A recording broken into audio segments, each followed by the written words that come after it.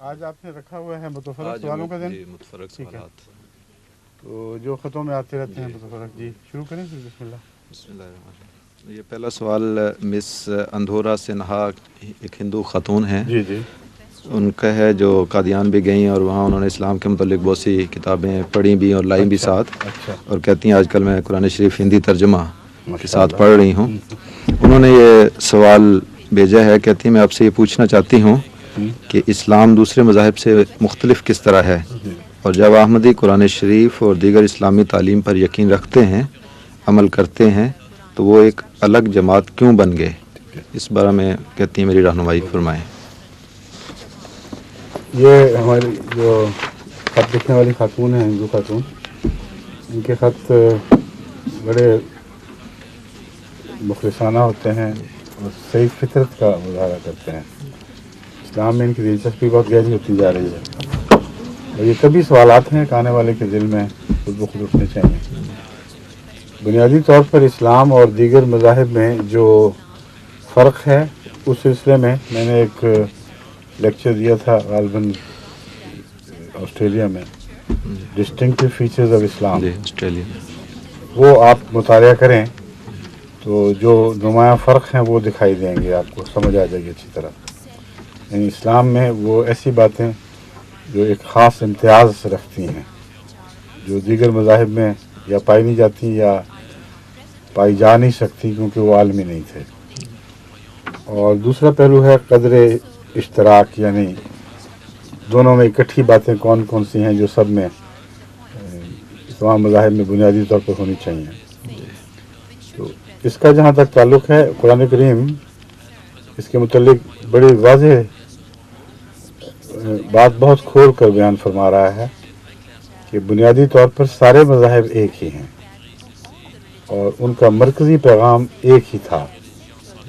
وَمَا أُمِرُوا إِلَّا لِيَعْبُدُوا اللَّهَ مُخْلِصِينَ لَهُ الدِّينَ حُنَفَاءَ وَيُقِيمُوا الصَّلَاةَ وَيُؤْتُوا الزَّكَاةَ وَذَلِكَ دِينُ الْقَيِّمَةِ. جتنے بھی مذاہب گزرے ہیں ان سب کو یہی ایک تعلیم دی گئی ہے جو مرکزی نقطے کی حیثیت رکھتی ہے، جو ہر مذہب کا ڈھانچہ سمجھ لیں.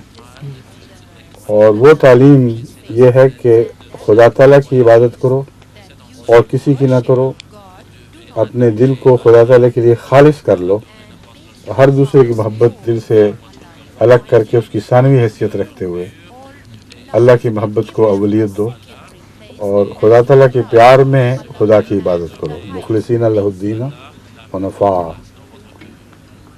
اس کی طرف جھکتے ہوئے اس کے لیے دین کو خالص کر لو. پھر تمہیں عبادت کا سلیقہ آئے گا، عبادت کس طرح کی جاتی ہے. وہ یقیم الصلاۃ، یہ شرطیں پوری کرو تو پھر ان کو یہ ہدایت دی گئی تھی سب مذاہب کو کہ وہ پھر نماز قائم کریں. اور نماز قائم کرنے کے بعد بنی نوع انسان کے حقوق کا سوال اٹھتا ہے. تو تمام مذاہب کو یہ تعلیم دی گئی تھی ویوت الزکوٰۃ.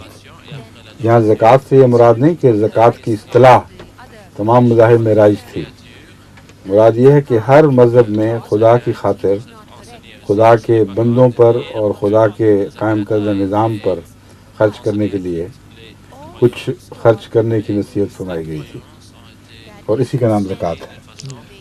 تو خدا تعالیٰ کے حقوق اور بنی نوع انسان کے حقوق کے جو بنیادی پہلو ہیں، جو مرکزی نقطہ کی حیثیت رکھتے ہیں، مرکزی ڈھانچے کی حیثیت رکھتے ہیں، وہ قرآن کریم کی صورت میں بیان ہو گئے ہیں. تو میرا جواب یہ ہے کہ بعض پہلوؤں سے اسلام تمام دوسرے مذاہب کے مشابہ، اور ان کا جو بھی ڈھانچہ اللہ تعالیٰ نے بنایا تھا وہی ڈھانچہ اسلام کا ہے. لیکن ڈھانچہ ایک ہو جانے سے شکلیں تو ایک جیسی نہیں ہو جاتی، اور یہ بھی ضروری نہیں کہ دونوں ایک جیسے دکھائی دیں، ایک جیسے ہو جائیں. اب میملز جو ہیں ان کا بنیادی ڈھانچہ ایک ہی ہے، لیکن کوئی اس میں گائے بھینس ہے، کوئی بکری ہے، کوئی گھوڑا ہے، اونٹ ہے، اور اسی طرح انسان بھی میملز میں آ جاتے ہیں. یعنی میملز کی وہ سے مراد یہ ہے وہ جانور جن کی ایک ریڑھ کی ہڈی ہے اور خاص نقوش ہے بنیادی. ان میں جتنے جانور آتے ہیں ان میں دیکھیں فرق کتنے ہیں. ایک زیادہ ترقی یافتہ ہے، ایک نسبتاً کم ترقی یافتہ ہے. تو اسلام اس پہلو سے ایک ہونے کے باوجود ایک امتیازی شان بھی رکھتا ہے، اور ان تمام مذاہب میں سب سے اوپر اسلام کا مقام ہے اپنی تعلیمات کی مزید نفاست اور مزید حسن کے نتیجے میں۔ یہ پہلو ایک نئے آنے والے کو یا مذہب کا، اسلام کا مطالعہ کرنے والے کو پیش نظر رکھنا چاہیے کہ تجزیاتی مطالعہ کریں۔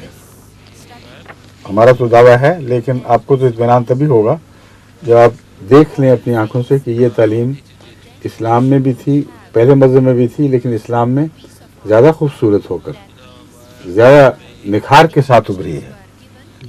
بس جہاں بھی آپ کو حسن دکھائے گا تبھی بات ہے کہ آپ اس کی طرف جائیں گے، یا پھر اندرونی حسد، اندرونی ایک دوسرے کے ساتھ مقابلے، یہ سب مضامین جو ہیں یہ بالکل بے تعلق ہو جاتے ہیں۔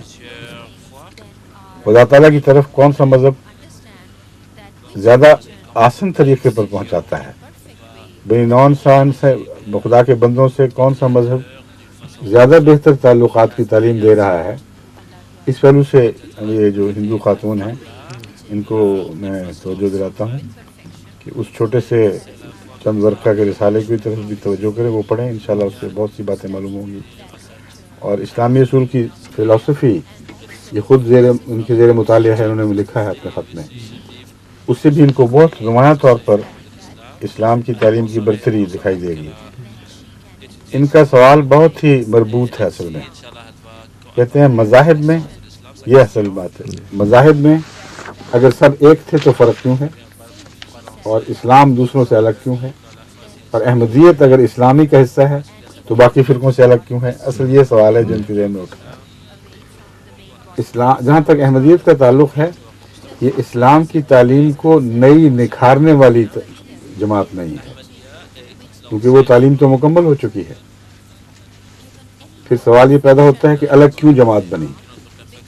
بنیادی طور پر جماعت احمدیہ کے قیام کا مقصد یہ تھا کہ اسلام کی خوبصورت کامل تعلیم میں جہاں مزید باتیں داخل کر دی گئی ہیں جس سے اسلام کے چہرے پر داغ لگتا ہو، اسلام کی تعلیم کے بعد خوبصورت حصوں کو یا بدل دیا گیا ہے ذہنی طور پر، عملاً تو قرآن کریم میں اسی طرح ہے، لیکن اس کے سمجھنے میں فرق ہو گیا ہے، اور اس فرق کے نتیجے میں ایک خوبصورتی کو بدصورتی بنا دیا گیا ہے۔ ایسے تمام پہلوؤں میں ضرورت تھی کہ اللہ سے علم پا کر اللہ کی ہدایت کے نیچے ایک کامل مہدی پیدا ہو، المہدی، جو خدا سے ہدایت یافتہ ہو، قرآن سے ہدایت یافتہ ہو، محمد رسول اللہ سے ہدایت یافتہ ہو، اور اسلام کے اصل نقوش اجاگر کرے۔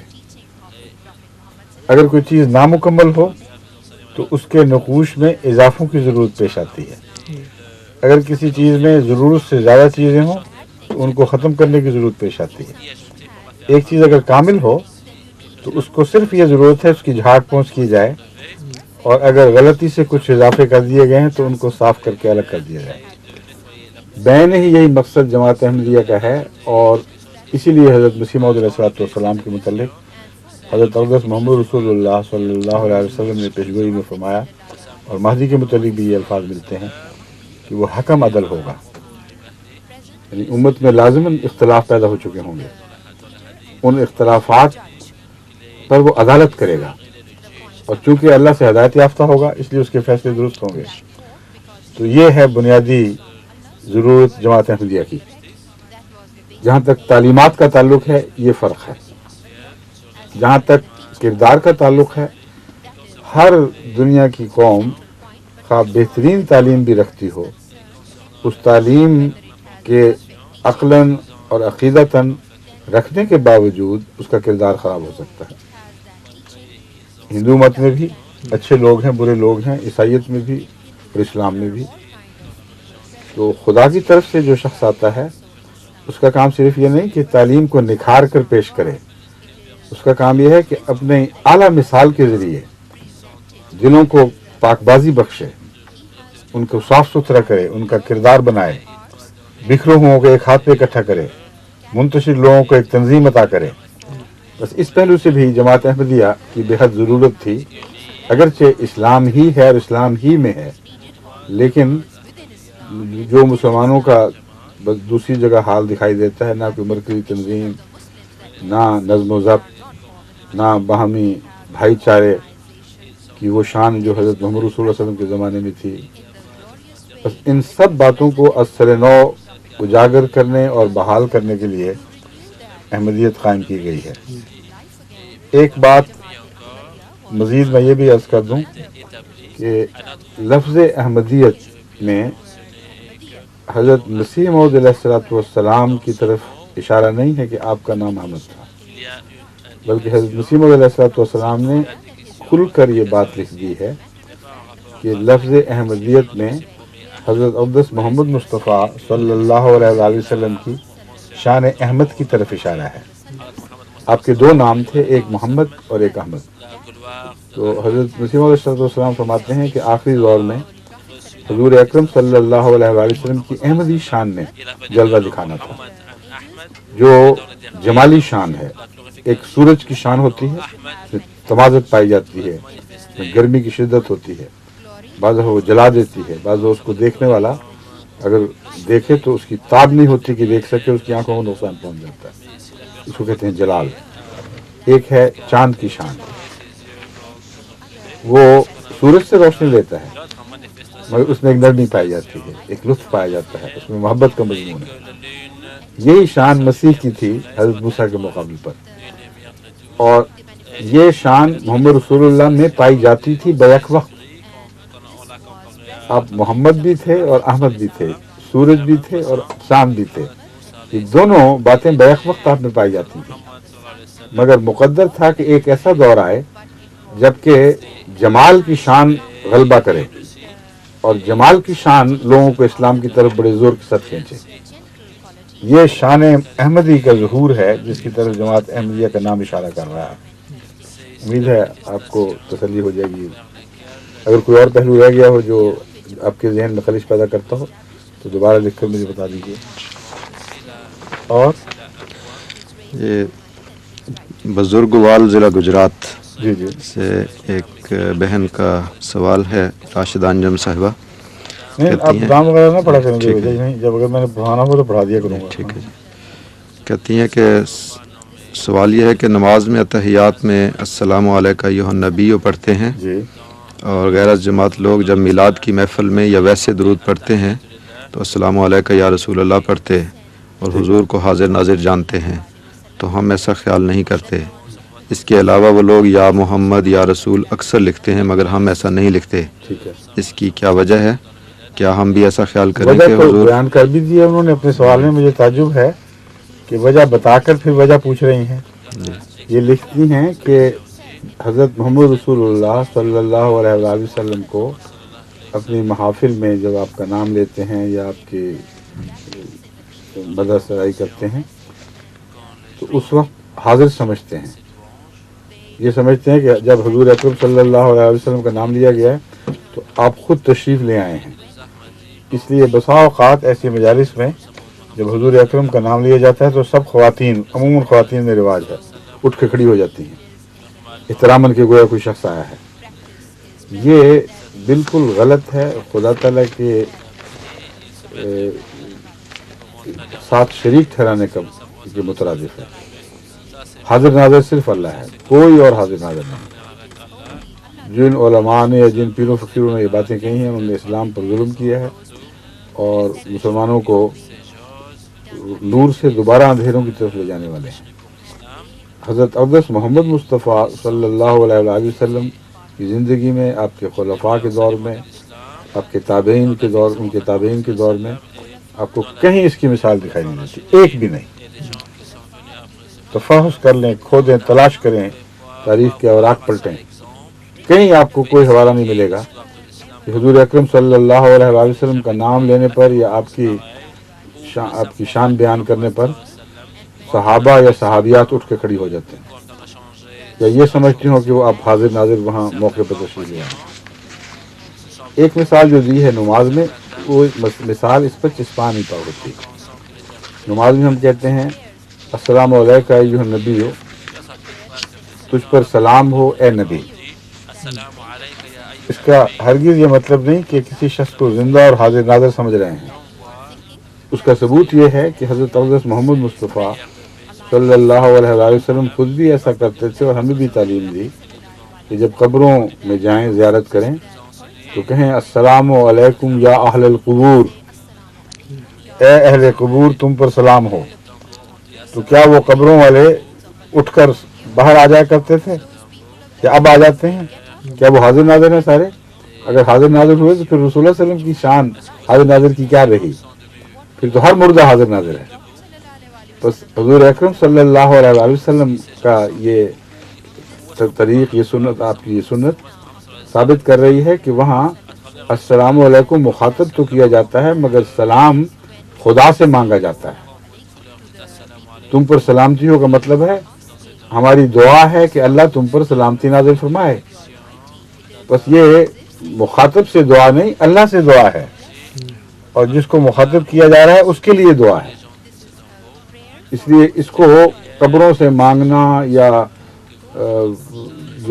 درود کے پڑھتے وقت حاضر ناظر جانے کی رسموں سے ملا دینا بالکل غلط ہے. ان کے اندر کوئی مشابہت نہیں ہے. آگے کینیڈا سے ایک دوست کے دو سوال ہیں. کہتے ہیں کہ حضور نے ذکر کے سلسلہ میں مسجد میں داخل ہونے کی دعا کے دوسرے حصے پر روشنی ڈالی تھی. ٹھیک ہے.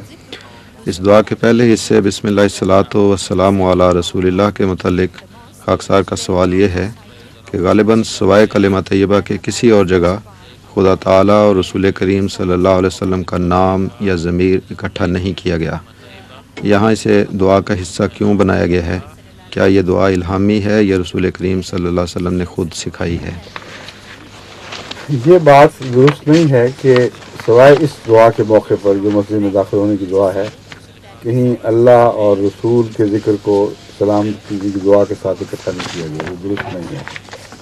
قرآن کریم میں اللہ تعالیٰ فرماتا ہے یا ایھا الذین آمنوا صلوا علیہ ان اللہ و ملائکتہ یصلون علی النبی یا ایھا الذین آمنوا صلوا علیہ وسلموا تسلیما. یہاں ان دونوں ذکروں کو اکٹھا کر دیا گیا ہے.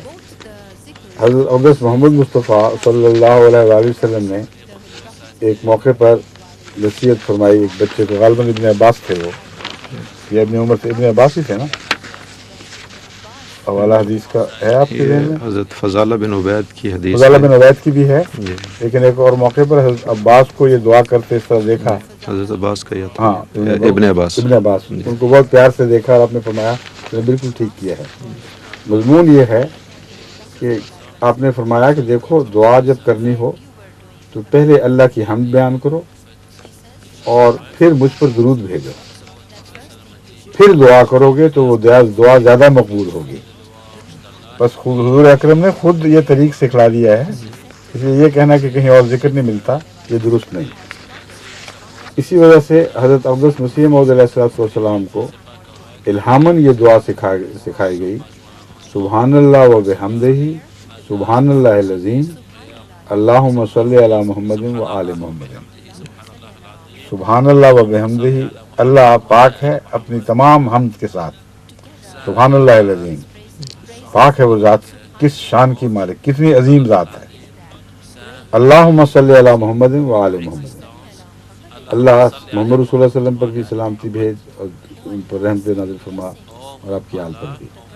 تو یہاں بھی دیکھیں اکٹھے ہو گئے. جہاں تک مسجد کی دعا کا تعلق ہے، اس ضمن میں غالباً میں نے ایک جگہ پہلے روشنی ڈالی تھی کہ اس کا اذان کے ساتھ دراصل تعلق ہے. اذان جب ہم سنتے ہیں تو جو دعا اس کے بعد کرتے ہیں اس میں حضرت محمد رسول اللہ صلی اللہ علیہ وآلہ وسلم کے مقام محمود کے لیے دعا کرتے ہیں. اور اس کی وجہ یہ ہے اور وسیلے کا ذکر آتا ہے کہ محمد رسول اللہ وسیلہ بن گئے، اس لیے اے خدا ان کو ہمارا وسیلہ بنا دے. مراد یہ ہے کہ اذان کے ذریعے خدا تعالیٰ سے ملانے کا جو نظام جاری ہوا ہے اس میں محمد رسول اللہ صلی اللہ علیہ وآلہ وسلم نے ایک اہم وسیلے کا کردار ادا کیا ہے. بس اگر خدا کا حقیقی شکر ادا کرنا ہے تو اس بندے کا بھی شکر کرو جس نے تمہیں خدا سے ملایا اور خدا سے ملانے کے سامان پیدا فرمایا. اور اسی لیے وہ دعا ہے اللہم آت محمد الوسیلۃ والفضیلۃ والدرجۃ الرفیعۃ وبث مقاما محمودا الذی وعدتہ۔ اس تعلق میں جب آپ مسجد میں داخل ہوتے ہیں تو آپ کو لازماً یہ دعا یاد آنی چاہیے، اور مسجد میں داخل ہوتے ہوئے جہاں اللہ تعالیٰ سے رحمت طلب کرتے ہیں وہاں حضرت اقدس محمد مصطفیٰ صلی اللہ علیہ وسلم کے لیے پر درود بھی بھیجتے ہیں اظہار تشکر کے طور پر۔ اس لیے مسجد میں داخل ہونے کی دعا کے ساتھ اس کا یہ تعلق ہے۔ انہیں کا دوسرا سوال یہ ہے کہ حضرت مسلم موعود رضی اللہ تعالیٰ عنہ نے تفسیر صغیر کی ابتدا میں جی تحریر فرمایا ہے کہ جب انسان کسی صورت کا کوئی درمیانی حصہ پڑھے تو پہلے اعوذ باللہ پڑھے، بسم اللہ نہ پڑھے، ٹھیک ہے، کیونکہ بسم اللہ صورت کے شروع میں آتی ہے، درمیان میں پڑھنے کی کوئی وجہ نہیں۔ ٹھیک۔ تو اس سلسلے میں کہتے ہیں یہ جو سوال ہے یہ اور بھی کئی دوست مجھے لکھ چکے ہیں، کیونکہ میرا طریق یہ ہے کہ سورت کو جہاں سے بھی شروع کروں اعوذ باللہ کے بعد پہلے بسم اللہ پڑھتا ہوں۔ میرے نزدیک یہ حضرت مسلم موعود نے جو فرمایا ہے کہ اس کی ضرورت نہیں، یہ ایسی مناہی نہیں ہے کہ جو قطعی طور پر انسان کو پابند کر دے کہ نہیں کرنا۔ ایک ذوقی مسئلہ ہے اور ہر ایک کے ذوق کے مطابق اس کی اجازت ہو سکتی ہے۔ اول تو اصولی بات یہ ہے کہ آن حضرت صلی اللہ علیہ وآلہ وسلم نے تو ہر فعل سے پہلے بسم اللہ کو حکم دیا ہے۔ اس قرآن سے پہلے بسم اللہ کیوں گناہ ہو جائے گی، جبکہ ہر فعل سے پہلے بسم اللہ پڑھنے کی عمومی ہدایت ہے۔ کھانا بھی کھاتے ہیں تو بسم اللہ پڑھتے ہیں۔ پھر قرآن کریم نے بسم اللہ کا ذکر حضرت سلیمان کے خط میں فرمایا ہے کہ دیکھو سلیمان نے جب اس کو ملکہ سبا کو خط لکھا تھا تو شروع ہی اس طرح ہوا تھا انہ بسم اللہ الرحمن الرحیم، تو خط کے شروع سے بھی بسم اللہ آ جاتی ہے۔ قرآن کریم میں بسم اللہ شروع میں تو ہے ہی، بیچ سے شروع کرو تو بسم اللہ کیوں پڑھی جائے، یہ ہے اصل بحث۔ اس سلسلے میں ایک تو میں نے بتایا ہے کہ عمومی برکت کی بات ہے، کوئی نقصان نہیں ہے، کوئی حرج نہیں ہے۔ دوسرے میرے ذہن میں یہ بات ہے، اور ہو سکتا ہے دوسرے فقہا اختلاف کریں، لیکن ذاتی طور پر میں یہی سمجھتا ہوں کہ قرآن کریم کا ہر سورت کے شروع میں ہونا بتاتا ہے کہ ہر سورت کے تمام مضامین کے ساتھ بسم اللہ الرحمن الرحیم کا ایک گہرا تعلق ہے۔ بس اگر آپ شروع سے نہیں کرتے، بیچ سے شروع کرتے ہیں، تو وہ بسم اللہ وہاں سے اٹھا کر ایک آیت کے طور پر پڑھتے ہیں، پھر دوسری آیتیں بھی پڑھ لیتے ہیں۔ اور یہ منع نہیں ہے کہ ایک آیت پڑھ لی جائے اور کچھ وقفے کے بعد دوسری آیت پڑھی جائے، یعنی بیچ میں فرق ڈال کر۔ کل کی بحث میں نے تفصیل سے روشنی ڈالی تھی، حضور اکرم صلی اللہ علیہ وسلم کا طریق بیان کیا تھا کہ حضور صلی اللہ علیہ وسلم بھی بعض دفعہ قرآن کی مختلف آیتیں ایک سورت سے ایک پہلے کی آیت پھر دوسرے کی آیت اکٹھی کر کے پڑھ دیا کرتے تھے، فرق نہیں، بیچ میں وقفہ نہیں ڈالا کرتے تھے۔ تو اس لیے میں بسم اللہ جو پڑھتا ہوں میرے نزدیک میں مجاز ہوں اس بات کا، اور مگر ضروری نہیں ہے، یہ قطعی بات ہے۔ حضرت مسلم موعود نے جو لکھا میرے علم میں ہے، اور میں جانتا ہوں کہ عموماً شافعی بھی جو عرب یہاں ہمارے ملنے آتے ہیں وہ بھی تلاوت کے وقت یہی کرتے ہیں کہ اگر بیچ سے قرآن شروع کریں تو بسم اللہ نہیں پڑھتے۔ تو یہ مجھے علم نہیں کہ دوسرے تمام فقہی جو اسکول ہیں مکاتب ان میں بھی یہ اتفاق پایا جاتا ہے اس بارے میں، یا فرق ہے کوئی؟ بعض ہیں جو کہتے ہیں کہ بسم اللہ پڑھ لینی چاہیے۔ ہاں میں نے کہا تھا نا مجھے نکال کے دیں، جی، نکالیں آپ نے، اچھا کیا۔ یہاں سے شروع۔ اب میں آپ کو مسئلے کے طور پر بتاتا ہوں۔ میں نے شفیع صاحب سے کہا تھا کہ مجھے بھاری توقع ہے کہ بعض دیگر فقہا بھی میرے مسلک کے ضرور قائل ہوں گے، میرے علم میں نہیں ہے مگر میرا ذوق کہتا ہے کہ ہوں گے، تو آپ تلاش کریں۔ تو آپ نے ربا لکھا تھا؟ نہیں جی، یہیں سے پتہ مل گیا۔ اتقان سے، امام سیوطی کی کتاب الاتقان، علامہ سیوطی، جلال الدین سیوطی کی تفسیر ہے، اس میں بسم اللہ کے متعلق جو انہوں نے مختلف آراء بیان کی ہیں وہ میں آپ کے سامنے رکھ دیتا ہوں۔ یعنی میں پھر یہ کہہ رہا ہوں کہ ضروری نہیں کہ میرے مسلک کی پیروی کی جائے، جس کا جو ذوق ہے اس کے مطابق کرے، مگر بسم اللہ پڑھنا بھی گناہ نہیں ہے، ناجائز نہیں ہے، بلکہ اگر ذوق تقاضا کرے تو زیادہ اچھا لگتا ہے۔ یہ مسئلہ یہ ہے الاتقان فی علوم القرآن حصہ اول صفحہ 293، اس میں نور محمد اصح المطابع رام باغ کراچی کے چھپا ہوا ہے۔ یہ خیال رکھنا بھی ضروری ہے کہ ہر ایک سورت کے شروع میں بسم اللہ الرحمن الرحیم پڑھتا رہے۔ البتہ سورہ براء یعنی سورہ توبہ اس قید سے مستثنا ہے، اور بسم اللہ کا پڑھنا اس لیے لازم ہے کہ اکثر علماء اس کو آیت مانتے ہیں، لہٰذا اگر وہ سورت میں داخل سمجھی جائے گی تو اس کا تارک اکثر علماء کے نزدیک ختم قرآن میں سے ایک حصہ کا تارک ہوگا، ورنہ بصورت دیگر اگر وہ بسم اللہ کو سورت کے مابین بھی پڑھ لے تو بھی مناسب ہوگا، جیسا کہ ایادی نے نقل کیا ہے۔ اس بات پر امام شافعی بھی زیادہ زور دیتے ہیں۔ تو میں تو سمجھ رہا تھا کہ شافعی لوگ نہیں مانتے، یہ تو الٹی بات نکلی ہے۔ عرب اکثر شافعی مذہب رکھتے ہیں، درست نہیں ہے؟ جو سیریا وغیرہ اور یہاں کے جو لوگ آتے ہیں اکثر شافعی مذہب سے تعلق رکھتے ہیں۔ پوچھ کے بتائیے مجھے تو یہی یاد ہے۔ تو وہ تو عام طور پر میں نے دیکھا تلاوت کے وقت 20 سے سورج شروع کریں تو نہیں پڑھتے، مگر یہ علامہ جلال الدین سیوطی لکھتے ہیں کہ جیسا کہ ایادی نے نقل کیا ہے، اسی بات پر امام شافعی رحمۃ اللہ علیہ بھی زیادہ زور دیتے ہیں، اور فرا کا قول ہے الیہ یرد علم الساعہ الآیہ، اور وَهُوَ الَّذِي أَنشَأَ جَنَّاتٍ الآیہ، یا اسی طرح کی دوسری آیتوں کے قرات کرتے وقت اعوذ باللہ کے ساتھ ہی بسم اللہ کا پڑھنا بھی ضروری ہے۔ کتنا اختلاف ہو گیا ہے۔ کہتے ہیں ضروری ہے کیونکہ محض تعوذ کے بعد ان آیتوں کے پڑھنے میں یہ قباحت ہے کہ ضمیر کے شیطان کی طرف پھرنے کا وہم پیدا ہوتا ہے۔ ایک اور باریک سا نقطہ انہوں نے اٹھایا ہے کہ شیطان کا ذکر تو کر دیا اور اس کے بعد بیچ میں ایک کشن بنانے کے لیے بسم اللہ جو اللہ کے ذکر کی طرف ذہن کو مائل کرتی ہے وہ غائب ہو جائے تو آخری ذہن میں شیطان کا ذکر ہی رہ جاتا ہے۔ تو وہ کہتے ہیں بسم اللہ اس کا توڑ ہے، شیطان سے کاٹ کر کلیتاً رحمان اور رحیم کی طرف توجہ کو مبذول کرنے کے لیے ایک بہت پاکیزہ ذریعہ ہے۔ تو یہ ان کا ایک ذوقی نقطہ ہے، کہتے ہیں اس لیے وہ سمجھتے ہیں ضروری ہے۔ ابن الجزری کا قول ہے سورہ براء کے وسط کی آیتوں کی بسم اللہ سے آغاز کرنے میں بہت کم کسی نے تعرض کیا ہے، اور اس میں ابو الحسن سخاوی نے بسم اللہ پڑھنے کی تصریح کی ہے۔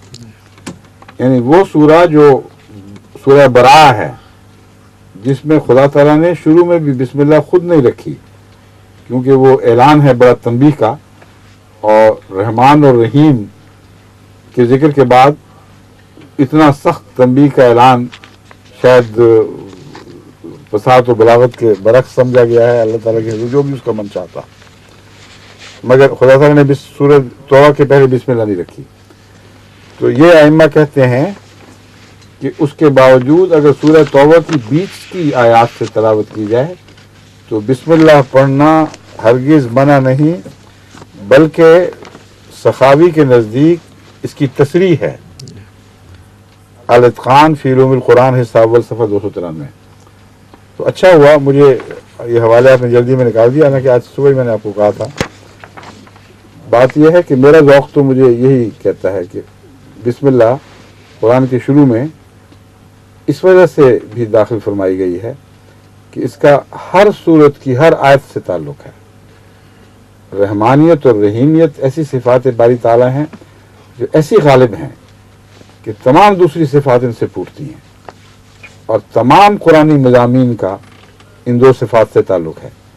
اس لیے اگر شروع سے تلاوت نہیں کر سکتے، بیچ سے کرتے ہو، تو یہ یاد دلانے کے لیے اپنے ذہن کو اپنے دل کو اس طرح متوجہ کرنے کے لیے کہ رحمان اور رحیم خدا کا کلام ہے جو میں پڑھ رہا ہوں، اگر بیچ میں سورہ میں اس آیت کریمہ کی تلاوت کر لی جائے تو میں اس سے کوئی اس میں عذر نہیں سمجھتا، کوئی قابل اعتراض بات نہیں سمجھتا۔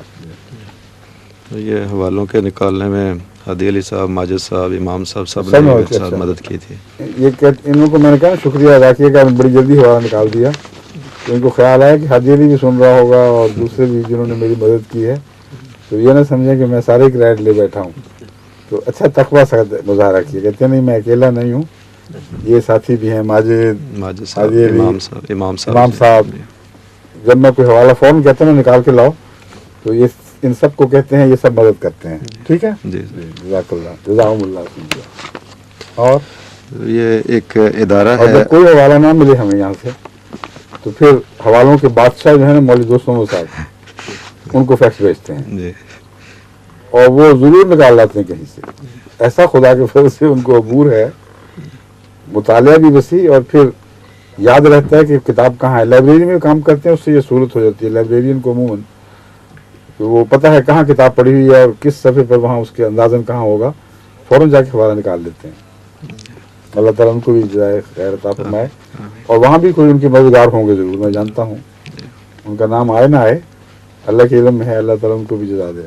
بعض کا تو ضرور نام لکھتے بھی ہوتے ہیں. بعض خود بھی لکھ دیتے ہیں. نعمت اللہ صاحب بشارت کا نام لکھتے ہیں, ریاض محمود باجوہ کا نام لکھتے ہیں. بشارت صاحب کا باجوہ صاحب کون؟ ریاض محمود باجوہ مربی ہیں. ٹھیک ہے, ان سے بھی مدد. جی ان سے بہرحال وہ خود بھی خیال رکھتے ہیں کہ صرف میں ہی دعاؤں کا حصہ دار نہ بنوں, ان سب کو بھی شریک کیا جائے. جی یہ ایک ادارہ ہے, الادارہ للدعوہ والارشاد, یو ایس اے میں. انہوں نے ایک پمفلٹ شائع کیا ہے جس میں والذین یؤمنون بما انزل الیک وما انزل من قبلک وبالآخرۃ ھم یوقنون. یہ والی آیت اور اس کا جو ترجمہ غلام فرید صاحب نے کیا ہے, وہ پیش کر کے تو یہ ایک قسم کا اعتراض اٹھایا گیا کہ گویا انہوں نے قرآن میں تحریف کر دی ہے, معنی بدلے ہیں. اور یہ کہتے ہیں کہ آخرت سے مراد جو ہے وہ ایڈوینٹ آف دی مسیح موعود ہے. اس پہ حضور یہ جو اعتراض ہے مولویوں کا, یہ تفسیر صغیر پر بہت زور سے اٹھایا گیا تھا, کیونکہ تفسیر صغیر میں یہ ترجمہ پہلی بار جماعت کی طرف سے پیش ہوا ہے. اگرچہ جماعت کے لٹریچر میں تفسیراً اس میں مضمون کثرت سے ملتا ہے, لیکن ترجمے کے طور پر یہ وہاں رکھا گیا. لیکن یہ مولوی بات بھول جاتے ہیں کہ تفسیر صغیر نام ہے, ترجمہ قرآن نام نہیں ہے اس کا. اس لیے حضرت مسیح موعود حضرت خلیفۃ المسیح ثانی نے وضاحت فرمائی ہے کہ یہ تفسیری ترجمہ ہے, اور اگر ایک آیت کی تفسیر ایک ہی ہو صرف, تو پھر صرف ایک ہی کتاب تفسیر کی لکھی جانے کے بعد قرآن کریم ختم ہو جانا چاہیے. بے شمار امکانات, ہر طرح کی تفاسیر, ہر قسم کے بطن موجود ہیں, اور مختلف علماء نے ان کی تفسیراً جو کچھ اللہ تعالیٰ نے ان کو عطا کیا لکھا, اس پر یہ اعتراض کرنا نعوذ باللہ من ذالک کہ انہوں نے تحریف کر دی ہے, بڑا ظلم ہے. اور اگر تفسیر صغیر پر ایک تفسیری نقطے پر اعتراض جائز ہے کہ یہ تحریف ہے, تو پھر تمام تفسیر کی کتابیں تحریف ہو جائیں گی. لیکن یہ وہ جس کو وہ تحریف کہتے ہیں, اس میں تو بہت ہی عظیم الشان ایسا نقطہ ہے جس کو قرآن کریم پوری طرح تائید, اس کی حمایت فرماتا ہے, جس کی اور اس کی تائید کرتا ہے. مجھے یاد ہے سب سے پہلے یہ سوال میں ایک دفعہ لنگر خانے میں نائب افسر جلسہ تھا, مہمان نوازی میرے سپرد تھی, تو ایک مولوی صاحب تشریف لائے اور انہوں نے کہا جی میں نے ایک سوال کرنا ہے, بڑا ضروری. تو میں نے کہا میں بڑا مصروف ہوں, دیکھیں اس کثرت سے مہمان ہے. اس نے کہا جو ہو کچھ ہوگا, میرا سوال بھی بڑا ضروری ہے, وہ تو لازماً ہے, ورنہ آپ کہہ دیں کہ میں نے افسر صاحب جیسا سے کہا کہ یہ مولوی صاحب پیچھے پڑے ہوئے ہیں, مجھے اجازت دے دیں تھوڑی دیر کے لیے, میں خیمے میں ان کے ساتھ بیٹھ کر تو ان کے سوال کا جواب دے ہی دوں. وہ سوال یہی اٹھایا. پہلے تو بہت ہوشیاری سے چکر سے آخرت کی باتیں, آخرت کے دن پر ایمان ضروری ہے کہ نہیں, یہ سب باتیں کرنے کے بعد کہا کہ یہ کیا ترجمہ ہوا کہ موعود دن کی خوشخبریوں کے پر ایمان رکھتے ہیں یا آخرت کے وعدوں پر ایمان رکھتے ہیں. یہ تحریف ہو گئی. اور اس کے ثبوت میں انہوں نے کہا کہ دیکھو سارا ایمان کا ذکر ہے, اور ان چیزوں کا ذکر ہے, انبیاء پر ایمان لانا ضروری ہے, اور ہر شخص کا فرض ہے کہ جن چیزوں کو خدا تعالیٰ نے ایمان کا حصہ بنایا ہے ان پر ایمان لائے. بس آخرت پر بھی ایمان لانا ضروری ہے. تو آپ نے بیچ میں حضرت مرزا صاحب یا موعود زمانے کی باتیں کہاں سے شروع کر دی ہیں؟ ان سے میں نے کہا مولوی صاحب آپ نے مجھے خود جواب دے دیا, ان الفاظ میں نہ کہا, میں نے ان کو سمجھا دی بات. میں اب بتا رہا ہوں کہ اس اعتراض کے اندر جواب موجود ہے، کیونکہ ایمانیات کا جو حصہ بنائی گئی ہیں چیزیں ان میں آخرت ہے. تو یہ بالیوم الآخر ایمان لانا ہمارے ایمان کے بنیادوں میں داخل ہے. تو اللہ تعالیٰ جب ایمان کی باتیں کر رہا تھا تو آخرت کے ذکر میں ایمان کا ذکر کیوں چھوڑ گیا؟ یوقنون کیوں کہہ دیا؟ اس سے پتہ چلا کہ یہ وسیع مضمون ہے. آخرت کا مضمون بھی داخل ہو سکتا ہے، لیکن یہ وسیع مضمون ہے. بین ہی وہ بات نہیں ہے کہ ان 5 باتوں پر ایمان لاؤ گے تو تمہارا ایمان مکمل ہوگا. یؤمنون بالغیب ویقیمون الصلاۃ ومما رزقناہم ینفقون ویؤمنون بما انزل الیک وما انزل من قبلک وبالآخرۃ ہم یوقنون. پھر میں نے ان سے پوچھا، مولوی صاحب سے وہی بات میں آپ کو پھر بتا رہا ہوں کہ آپ یہ بتائیں کہ قرآن کریم میں کہیں اولین اور آخرین کا ذکر ملتا ہے کہ نہیں ملتا؟ اولین یہ ہیں، آخرین یہ ہیں، اولین یہ ہیں، آخرین یہ ہیں، اور آخرین کو یہ جزا ملے گی اور یہ اس کثرت سے ہوں گے اور اولین اس کثرت سے ہوں گے. آخرت کے دن تو یہ دونوں اکٹھے ہو چکے ہوں گے. تو وہ آخرین کون ہیں؟ کس زمانے سے تعلق رکھتے ہیں؟ کیا آخرت کے زمانے سے ان کا تعلق ہے کہ نہیں؟ ورنہ مجھے کوئی عربی کا لفظ بتا دیں کہ ان کے زمانے کا نام آخرت کے سوا کچھ اور رکھا جائے. تو قرآن کریم جب فرماتا ہے سلۃ من الاولین وقلیل من الآخرین یا سلۃ من الاولین وسلۃ من الآخرین وغیرہ وغیرہ، تو قرآن کریم صاف بتا رہا ہے کہ امت محمدیہ میں بھی ایک اول دور ہے اور ایک آخر دور ہے، اور اس آخر دور کے زمانے کا نام آخرت ہی ہے اور کوئی نام ہو ہی نہیں سکتا. بس وبالآخرۃ ہم یوقنون میں حکمت یہ ہے کہ یہ اشارہ فرمایا گیا ہے کہ ہر معنی میں آخرت پر ان کو یقین ہے.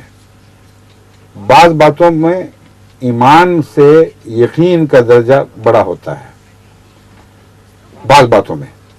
مثلا ایک انسان کو حضرت موسیٰ ابراہیم علیہ السلام کو ایمان تھا، لیکن لیطمئن قلبی کا جو مضمون ہے وہ ایسے یقین سے تعلق رکھتا ہے جس کا انسان مشاہدہ کر لے کہ اللہ مجھے پتہ ہے ضرور تو سچا ہے، لیکن دل اطمینان تب پائے میں دیکھوں تو صحیح کہ ہوتا کیسے ہے. تو آئندہ زمانے میں حضرت اقدس محمد مصطفیٰ صلی اللہ علیہ وآلہ وسلم کو جو عظیم الشان خبریں دی گئی تھیں اور اسلام کے عظیم ترقیات کے اور دنیا پر غالب آنے کے جو وعدے فرمائے گئے تھے، یہ امت محمدیہ کا دور آخرت ہے، اس میں کوئی شک نہیں ہے. تبھی اس آخرت کے دور کی طرف منسوب ہونے والوں کو آخرین کہا گیا ہے. آخر کا مطلب ہے آخر پر آنے والا، اور آخرت وہ زمانہ جس میں آخر پر آئیں. اس لیے حضرت مسلم موعود نے جو ترجمہ فرمایا ہے بالکل جائز اور درست ہے، لیکن صرف یہ نہیں کیا، یہ جھوٹ بولتے ہیں لوگ کہ نعوذ باللہ تحریف کر کے دوسرے ترجموں کو رد کر دیا ہے. تفسیر کبیر اٹھا کے دیکھ لیں، وہاں وہی مروجہ ترجمہ ہے. تو مراد یہ ہے کہ ہمارے نزدیک یہ لفظ وسیع المعانی ہے، اس آخرت سے بھی تعلق رکھتا ہے جو مرنے کے بعد ہوگی، اور اس آخرت سے بھی تعلق رکھتا ہے جو آخرت کے وعدے ہیں. اور ان وعدوں پر یقین رکھنے کا مفہوم یہ ہے کہ تمہارا انجام یقیناً اچھا ہے. اگر کوئی قوم اپنے انجام کے اوپر یقین رکھتی ہو، تبھی قائد اعظم نے یقین محکم کے لفظ پاکستان کے تصور کے ساتھ پیش کیے تھے کہ ایک لازمی حصہ ہے تمہاری ترقی کا راز اس بات میں پوشیدہ ہے کہ تنظیم کرو، مل کے رہو، لیکن یقین محکم رکھو کہ تم نے ضرور کامیاب ہونا ہے. بس بالآخرت ہم یوقنون کا مطلب ہے یہ لوگ جن کی میں صفات بیان فرما، اللہ تعالیٰ کی صفات بیان فرما رہا ہے، انہوں نے حضرت محمد رسول اللہ علیہ وسلم کو دیکھا، ان کی وحی پر ایمان لائے، اس سے پہلی وحیوں پر ایمان لے آئے، غیب پر ایمان لے آتے ہیں. تو ایسے لوگوں کو یقین کامل ہوتا ہے کہ ہماری آخرت کبھی خراب ہو ہی نہیں سکتی، لازماً ہم کامیاب ہونے والے ہیں. اور اسی آخرت کے معنی میں حضرت اقدس محمد مصطفیٰ صلی اللہ علیہ وآلہ وسلم نے ایک موقع پر فرمایا کیف تہلک ہذہ الامۃ، کہ یہ امت کیسے ہلاک ہو سکتی ہے جس کے اول میں ہوں اور آخر پر مسیح ہے. بس آخرت کے ساتھ جو مسیح موعود کا تعلق ہے وہ تو محمد رسول اللہ نے خود جوڑ دیا ہے. اب مولوی کاٹ کے دکھا دیں، لگا لیں زور، کوئی زبان کی چھری چلائیں، اس رشتے کو کاٹ ہی نہیں سکتے، کیونکہ حضرت اقدس محمد مصطفیٰ صلی اللہ علیہ وسلم نے زمانہ آخرت سے مسیح موعود کا تعلق خود باندھ دیا ہے. فرماتا ہے یہ امت کیسے ہلاک ہوگی جس کے اول پہ میں ہوں اور جس کے آخر پر مسیح ابن مریم ہوگا، تو اس کو آخرت کا مسیح قرار دے دیا. اب یہ مولوی شور مچاتے ہیں کہ تحریف ہو گئی. تو تحریف کس نے پھر کی ہے؟ نعوذ باللہ من ذالک. یہ تفسیری معنی ہے اور اس کے پیچھے قرآن کریم کی مضبوط گواہیاں قائم ہیں. آخرت کے اس دنیا میں آخرت کے تعلق کے متعلق ایک کچھ آیتیں میں نے ان سے نکالی، میں نے سپورٹ کی تھی کہ لکھ کے لا کے دو مجھے، اور ایک تفسیر کا حوالہ بہت عمدہ ہے وہ بھی میرے پاس ہے، تو میں آپ کو پڑھ کے سنا دیتا ہوں. اس سے آپ کو بات کھل جائے گی کہ ان اعتراض کرنے والوں نے تو خام خواہ تلاش کیے ہیں بہانے، ورنہ اگر یہ بہانے نہیں ہیں تو پھر یہ جھوٹ بولتے ہیں. ان کو پتہ ہونا چاہیے کہ ان کی تفسیروں میں کیا لکھا جا چکا ہے. ان کو پتہ ہونا چاہیے حضرت اقدس محمد رسول اللہ صلی اللہ علیہ وسلم نے کیا فرمایا، قرآن نے آخرت کا لفظ کن معنوں میں استعمال کیا. اگر یہ ان کے علم میں ہے تو پھر یہ دھوکہ بازی ہے، اور اگر علم میں نہیں ہے تو پھر جاہلانہ حملہ ہے. اس سے زیادہ اس کی کوئی حیثیت نہیں. اب سن لیجئے، آخرت کا تعلق اسی زمانے سے ہے اور اس زمانے کے آخر کے ساتھ ہے. اللہ تعالیٰ فرماتا ہے وَقُلْنَا مِن بَعْدِهِ لِبَنِي إِسْرَائِيلَ اسْكُنُوا الْأَرْضَ فَإِذَا جَاءَ وَعْدُ الْآخِرَةِ جِئْنَا بِكُمْ لَفِيفًا. بس جب وعد آخرت آئے گا پھر ہم تمہیں اکٹھا کر کے لائیں گے. آخرت کا وعدہ مرنے کے بعد کا ہے، یہ تو سارا مضمون اس دنیا سے تعلق رکھتا ہے. جب آخرت کا وعدہ آئے گا، اور یہی ترجمہ مسلم موعود نے کیا ہے کہ آخرت کے وعدے پر یقین رکھتے ہیں یا موعود باتوں پر جو جن کے وعدے دیے گئے یقین رکھتے ہیں. قرآن کریم خود فرما رہا ہے. اور مسیح موعود کے آنے کے بعد یہود کا اکٹھا ہونا مقدر تھا، کیونکہ آخرت کا دور حضرت صلی اللہ علیہ وسلم نے مسیح موعود سے باندھ دیا. اور قرآن کہتا ہے کہ جب آخرت کا وعدہ پورا ہوگا پھر تمہیں اکٹھا کریں گے. مسیح موعود علیہ الصلوۃ والسلام کے آنے کے بعد پھر یہود کے اکٹھا ہونے کے اور قرآن کریم کی اس آیت کے سچا ثابت ہونے کے سامان پیدا ہوئے. پھر وَإِنَّ لَنَا لَلْآخِرَةَ وَالْأُولَىٰ، اس کا ترجمہ واضح ہے. یہ نہیں کہ صرف آخرت کے زمانے کی بات ہو رہی ہے. اللہ فرماتا ہے تو اب آغاز بھی اور انجام بھی ہمارے قبضے میں ہے. اول دور بھی ہمارے قبضے میں ہے، آخر دور بھی ہمارے قبضے میں ہے. پھر حضرت صلی اللہ علیہ وسلم کے متعلق فرمایا وَلَلْآخِرَةُ خَيْرٌ لَكَ مِنَ الْأُولَىٰ.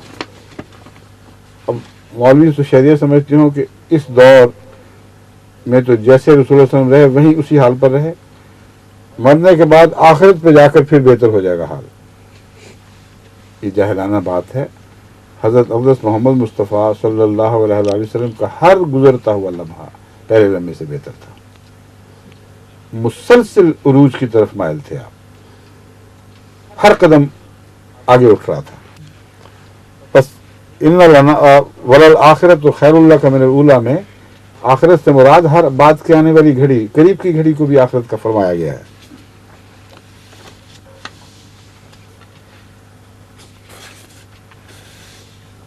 پھر حضرت عیسیٰ علیہ الصلوۃ والسلام کو آخرت سے باندھا گیا تھا. حضرت اقدس محمد رسول اللہ صلی اللہ علیہ وسلم نے فرمایا کہ میں جس جماعت کے اول پہ ہوں مسیح اس کے آخر پر ہو، وہ ہلاک کیسے ہو سکتی ہے؟ تو آخرت کا کوئی تعلق حضرت مسیح کے ساتھ ضرور ہے. اور یہ تعلق قرآن کریم نے بھی ایک اور رنگ میں بیان فرمایا ہے. مائدہ کے تعلق میں حضرت مسیح کی دعا بتائی گئی ہے. قال عیسی ابن مریم اللہم ربنا انزل علینا مائدۃ من السماء تکون لنا عیدا لاولنا وآخرنا وآیۃ منک، کہ ہم میں سے جو اول ہیں ان کے لیے بھی وہ مائدہ عید ہو، جو آخر ہیں ان کے لیے بھی مائدہ عید ہو. آخر سے مراد آخرت کے زمانے سے تعلق رکھنے والے لوگ ہیں جو بعد کے زمانے میں آئیں گے. ورزقنا وانت خیر الرازقین، اور تو ہمیں رزق عطا فرما، تو بہترین رزق عطا فرمانے والا ہے. بس اول اور آخر قرآن کریم بھرا پڑا ہے ایسی مثالوں سے. اس دنیا کے پہلے دور کو اول اور دوسرے دور کو آخر قرار دیا گیا، اور بعد کے زمانے کے لیے جہاں پیدا ہونے والے لوگ آخرین کہلاتے ہیں، اس زمانے کا نام آخرت ہی ہے. قرآن سے بھی ثابت کر دیا اسے آخرت کہا گیا، اور مضمون کے لحاظ سے بھی اور کوئی نام مولوی نکال کے دکھا ہی نہیں سکتے. اس زمانے کو جس میں آخرین پیدا اس کو اولا نہیں کہہ سکتے، وہ لازماً آخرت ہے.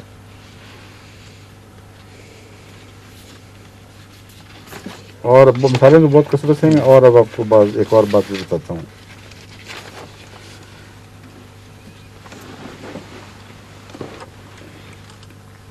والسابقون السابقون اولئک المقربون فی جنات النعیم ثلۃ من الاولین وقلیل من الآخرین. ساتھ ہے کہ آخرت کے زمانے میں اس مرتبے کے لوگ نسبتاً کم ہوں گے جو محمد رسول اللہ کے زمانے میں پیدا ہوئے ہیں. ثلۃ من الاولین ایک اور موقع پر نسبتاً اس سے کم درجے کی جنت کا ذکر کرتے ہوئے فرمایا ثلۃ من الاولین وثلۃ من الآخرین. اور وہ جو روایت ہے وہ کون سی ہے؟ جی.